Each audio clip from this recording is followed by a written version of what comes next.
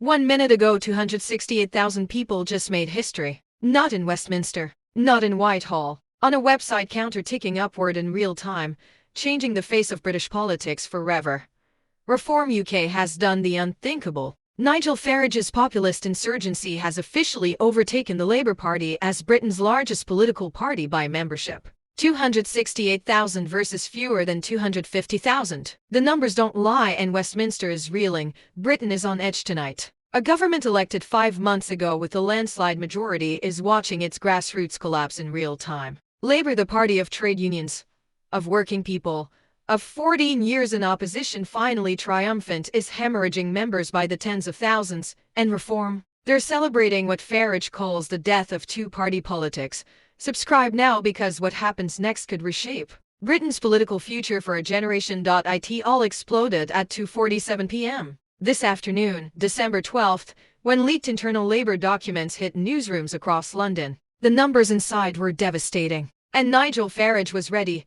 But to understand how we got here to this seismic fracture in British democracy, we need to go back. Not years, months. Because this collapse has been faster, more brutal, and more complete than anyone predicted. July 4, 2024, election night. Labour's landslide for 111 seats, the largest majority in a generation. Sir Keir Starmer promised a decade of national renewal. The crowd roared. After 14 years in the wilderness, Labour was back. But even then, something was wrong. Behind the electoral triumph, Labour's grassroots were withering. By December 2024, membership had dropped to 333,235, down from 370,000 just 12 months earlier. A slow bleed no one discussed publicly. Rewind to April 2020, when Starmer took over from Jeremy Corbyn. Labour boasted over 500,000 members, the largest political party in Western Europe. Momentum had transformed it into a mass movement. Town halls packed, street campaigning armies, energy everywhere. Starmer promised unity, electability, professionalism, and he delivered electoral success. But the price? The very people who'd built that movement, left-wing members who'd joined under Corbyn, drifted away. Membership fees went unpaid. Month by month, the exodus accelerated. By February 2025, reports suggested 309,000 members remained. Still respectable, but the trajectory was unmistakable downward, relentlessly. Meanwhile, something unprecedented was building. Reform UK was growing explosively. Nigel Farage had found his moment. The party's online membership counter ticked upward hour by hour. By Boxing Day 2024, Reform overtook the Conservatives' 123,000 members. Historic, but Farage wasn't satisfied. "We're coming for Labour next," he told supporters. Political analysts dismissed it as bluster. Labour had tripled Reform's membership. It seemed impossible, except the impossible was already happening. Reform's pitch was devastatingly effective. "They've all failed you. Labour, Tories, the lot. We're the alternative." Low membership fees, £25 a year, made joining frictionless. Aggressive social media campaigns went viral. Farage's face was everywhere, speaking directly to voters who felt abandoned by Westminster. The issues resonated: immigration, NHS waiting lists, cost of living, small boats. While Labour focused on technocratic solutions, Reform spoke the language of anger and frustration. The polls reflected it. By autumn 2025, Reform pulled ahead not just of the Conservatives, but of Labour too. Some surveys showed Reform at 30%, Labour at 20%. This wasn't a blip. This was a sustained trend. Inside Labour, panic set in. But publicly, silence. When journalists asked about membership, the standard line was, "Our figures are published in our annual report. We do not give a running commentary." That strategy was about to spectacularly backfire. This week, someone inside Labour leaked internal documents to the Times. The numbers were worse than anyone feared. Fewer than 250,000 paying members. A loss of over 100,000 since July's election. In 5 months, Labour had shed nearly a third of its base. And that same Thursday morning, Reform's counter crossed 268. The moment had arrived. Reform UK was now, indisputably, Britain's largest political party. But no one saw the firestorm coming. 2:47 p.m. The Times publishes. The headline hits like a thunderclap. Reform now UK's largest party after Labour membership collapse. Social media erupts. Within minutes, Hashtag Labour collapse trends on X. Within an hour, it's the #1 topic in Britain. Nigel Farage posts a video at 3:02 p.m. from Reform headquarters. Behind him, the membership counter glows, 268,147 and climbing. As we have suspected for some time, Reform has overtaken Labour to become the largest political party in British politics. This is a huge milestone on our journey to win the next election. He pauses. The age of two-party politics is dead. The video goes viral. 2 million views in the first hour, 5 million by dinner. Parliament is in session, and the news spreads through Westminster like wildfire. Conservative MPs grin, passing phones under desks. Some Labour MPs look shaken. One Labour veteran is overheard. "We're finished. Absolutely finished." Sky News breaks into programming at 3:30 p.m. A political earthquake. The anchor calls it political scientist. Sir John Curtis appears on BBC News. His analysis is devastating. This isn't just about membership numbers. It's about momentum, about who the grassroots believe can change Britain. Right now, that's not Labour. Reform has captured something: anger, frustration, demand for disruption that traditional parties haven't addressed. By 4:00 p.m., Shadow Home Secretary James cleverly goes for the jugular during Home Office questions. The Prime Minister won 411 seats but can't keep 250,000 members. Perhaps the British people are finally seeing through this government's failures. Inside Labour headquarters on Victoria Street, the mood is funeral-like. Staff huddle in emergency meetings. Phones ring incessantly, journalists demanding comment. MPs furious about the leak. Labour's official response comes at 4:30 p.m. Our membership figures are published in our annual report. We do not give a running commentary on them throughout the year, the same line they've used for months. Now it sounds hollow, defensive, desperate, mainstream. The Labour campaign group, backed by Andy Burnham, issues a blistering condemnation at 5:15 p.m. Labour's plummeting membership proves the top-down model has failed. To transform Britain and defeat the far right, Labour needs a grassroots movement in every community. It's a direct shot at Starmer's leadership. From within his own party, on the streets, reactions are intense. A BBC reporter in Manchester stops voters. A 54-year-old warehouse worker. "I voted Labour in July. Believed in change. But what's changed? Nothing. Maybe Reform's got the right idea." By 6:00 p.m., Farage dominates the media rounds: LBC, GB News, ITV Evening News. He's disciplined, relentlessly optimistic. This is the People's Party now. Funded by ordinary Britons who've had enough, the counter keeps ticking. 268,500, 268,750. Every new member a symbolic victory. By 7:00 p.m., political betting markets shift dramatically. Odds on Labour winning the next election lengthen. Odds on a Reform breakthrough shortened to levels unthinkable 6 months ago. In pubs across Britain, the debate rages. In Westminster offices, Labour MPs check their majority sizes. In Reform campaign offices, champagne corks pop.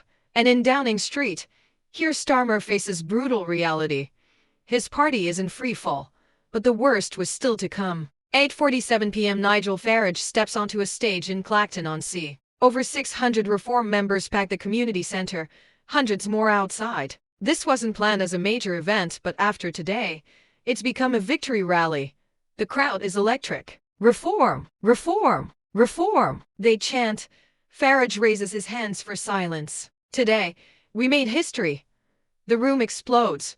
268,000 members and counting. We are now the largest political party in the United Kingdom. Not by spin. By people, ordinary people who've decided they've had enough. More roars. This is his moment. Decades in the making. Labour thought they could ignore you. Thought winning 411 seats meant they could govern how they liked. Forget the promises they made. Well, guess what? You didn't forget. And now they're paying the price.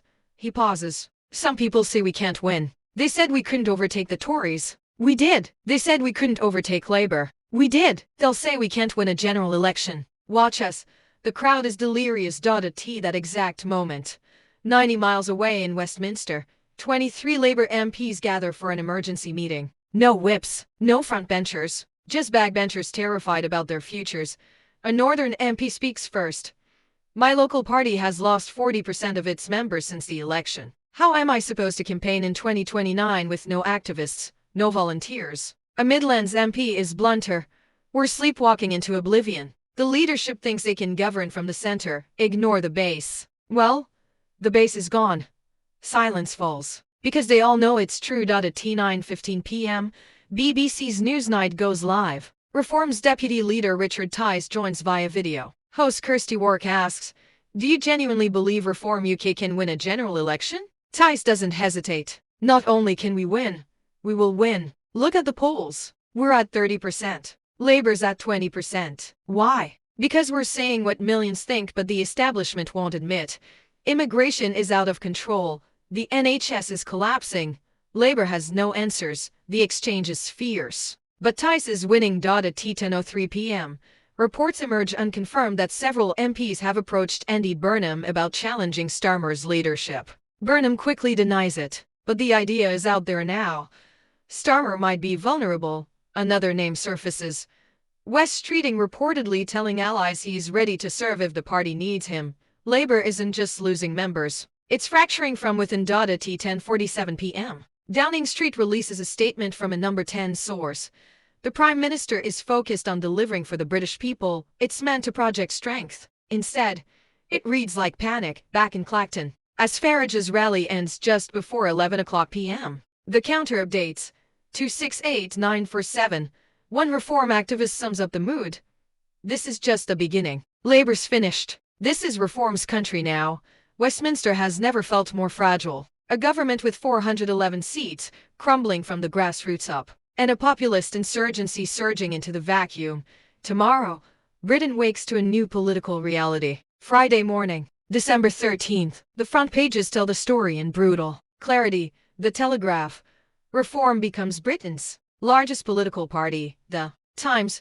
Labour membership collapses below 25000. Even the Daily Mirror can't spin it. Red meltdown. Britain wakes to a political landscape fundamentally altered. Not by an election, not by a scandal, but by something quieter and more devastating.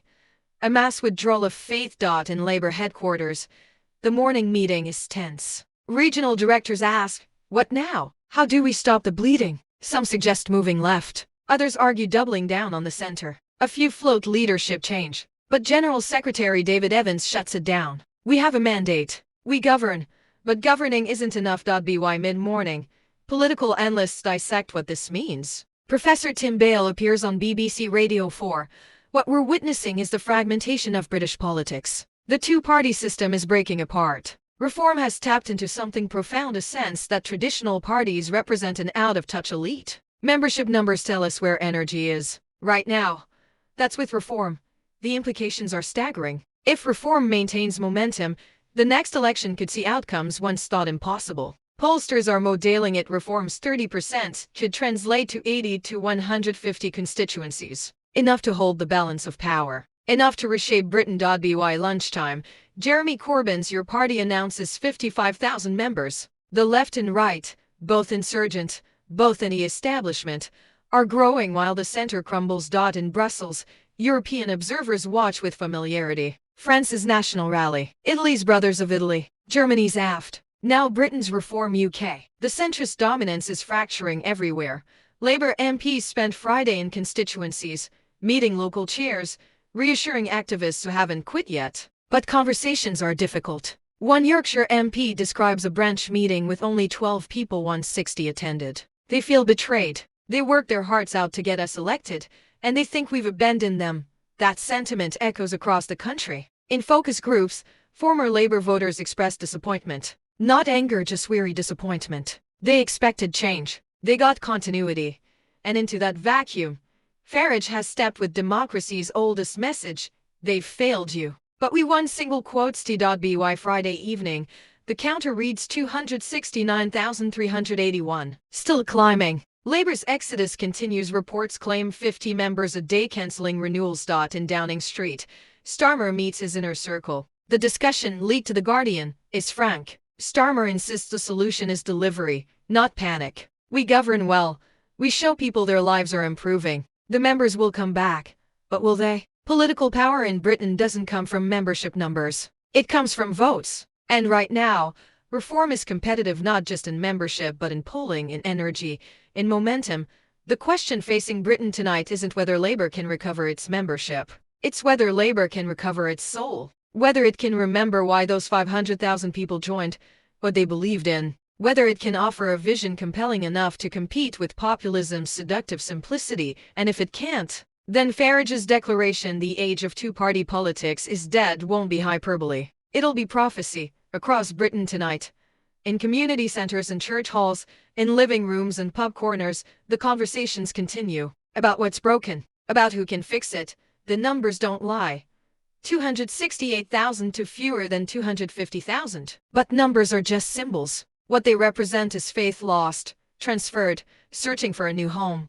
And in British politics right now, faith is the rarest commodity of all.